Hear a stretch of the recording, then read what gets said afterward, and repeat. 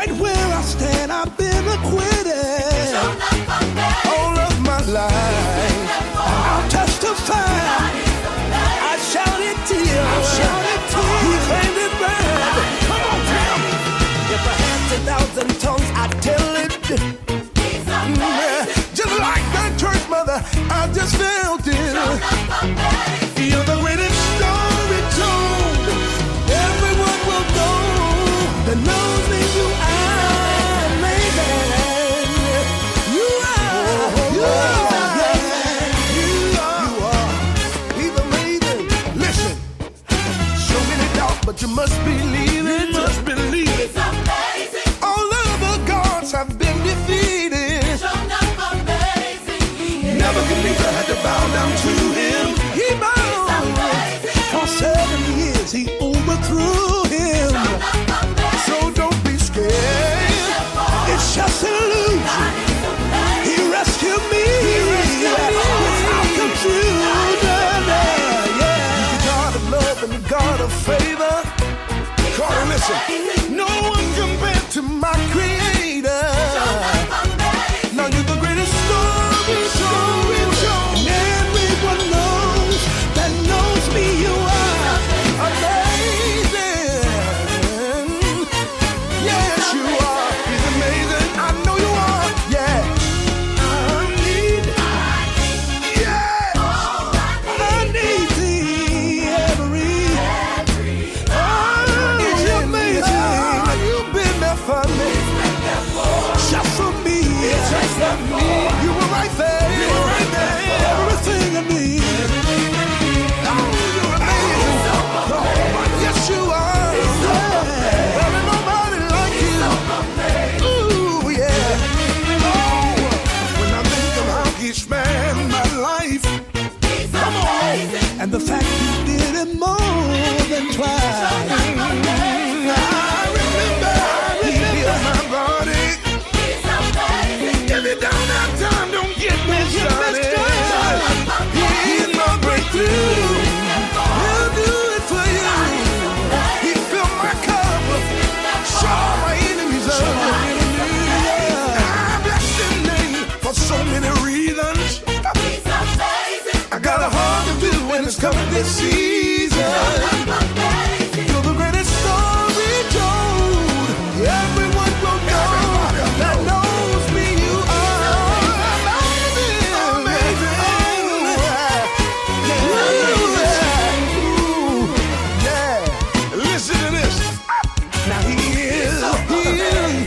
God is.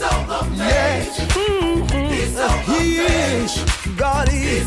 God is. When I think of his goodness, so amazing. So amazing. When I think of his greatness, yes, he's amazing. Yes, he is. That's for me. Good God Almighty. Good God Almighty. We serve an amazing God. Amazing is he that giveth unto me. Until you believe, whenever I speak. Yes, he is. Yes, he is. Wish I had somebody, and I get one that can testify with me.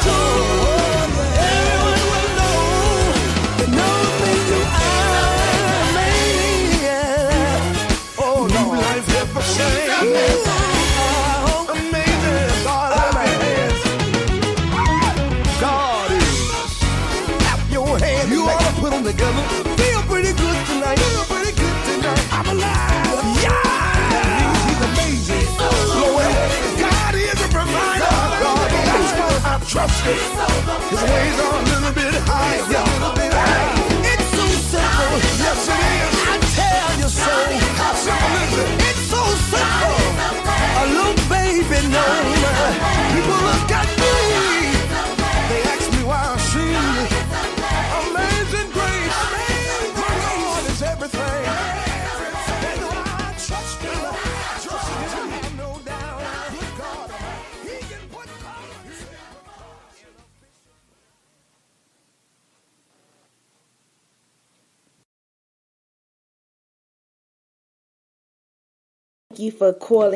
Thank you for calling into Let's Pillow Talk tonight.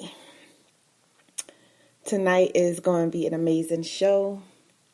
I've been a little bit under the weather, but we're here and it's going to be awesome. And it's going to be awesome. Why? Because you all are awesome, and that's what it's about. Tonight's topic of the show is no more mediocrity.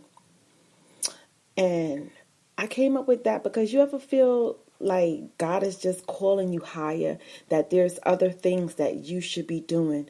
This, going into the holidays, is very important that we encourage and we empower each other, because during Christmas, it is the highest time for suicide, and it's the highest time where people are depressed and feeling the loss of their loved ones and all of that stuff. And it's just so much going on in the world that we become complacent, we become stagnant, and we don't want to move. I know that when I'm frustrated and stuff, I feel like I get stuck.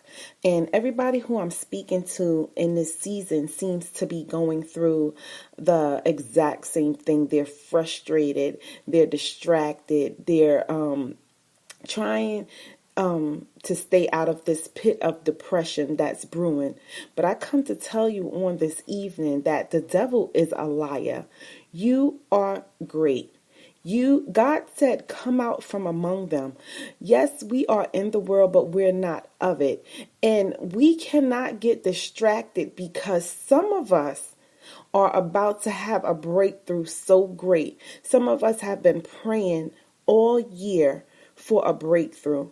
And although it's December knocking and you feel that it's not there, God's timing is always perfect. So I don't want you to give up in the season. I want you to keep pushing, keep striving for your dreams. You know what's so amazing about God is we can't hurry Him, but He always shows up on time. And I think that is important to know. When you feel like giving up, you got to know that God's purpose for your life is on purpose. And don't give up your dreams. Don't give up your visions. Don't surround yourself with those who cannot empower you and encourage you to go to the next level. I was reading Les Brown, and he said in the book, I believe it said something that if you are the smartest one in the group, then you're in the wrong group. You need to surround yourself with other people that's going to elevate you. One thing that happened to me within the last 2 weeks is I have the numbers of millionaires. I have people who are literally millionaires' phone numbers who call me and check on me. How's it going? Holding me accountable for some goals that I'm trying to reach. How could you be in the same room with millionaires and don't feel like you want to go higher? How could your spirit be low when God has so much for you to do? God has so much for you. If He says, I've come that you may have life and have it more abundantly. Why do we keep getting stuck? Why do we keep getting caught up? Why do we keep getting confused? Those are things that are from the enemy to hold you back from your greatness. And you should surround yourself with people who can see your vision and believe in your vision and push you higher, cheer you on, not hate on you. We have enough to deal with in 2016 going into 17. The world has become a very not so nice place. So it's important that your spiritual life is intact, it's important that you're not becoming stagnant, that you're not becoming still. It says that the idle mind is the devil's workshop. Yeah, that's when he sits and tell you, you don't have no business being great. You don't have no business speaking. You don't have no business doing no radio show. You don't have no business wanting more for yourself.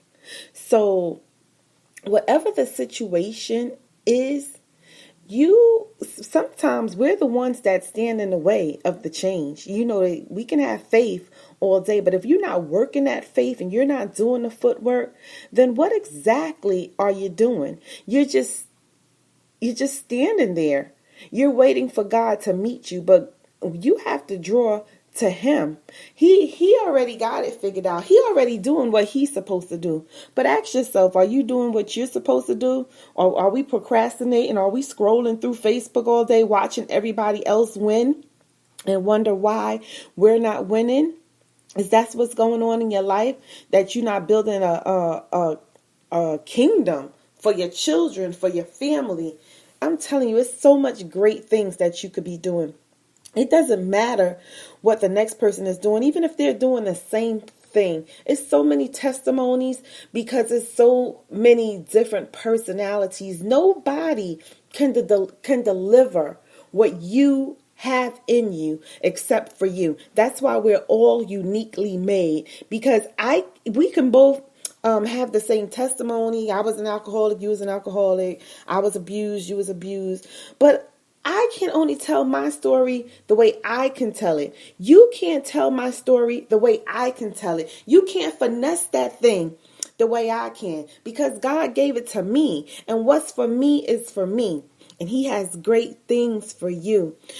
Somebody is always worse off than us. Somebody doesn't have a roof over their head. Somebody's homeless. Somebody's naked. But when in this season, I'm being very mindful and being in alignment with what God has commanded. And he has commanded that we love one another.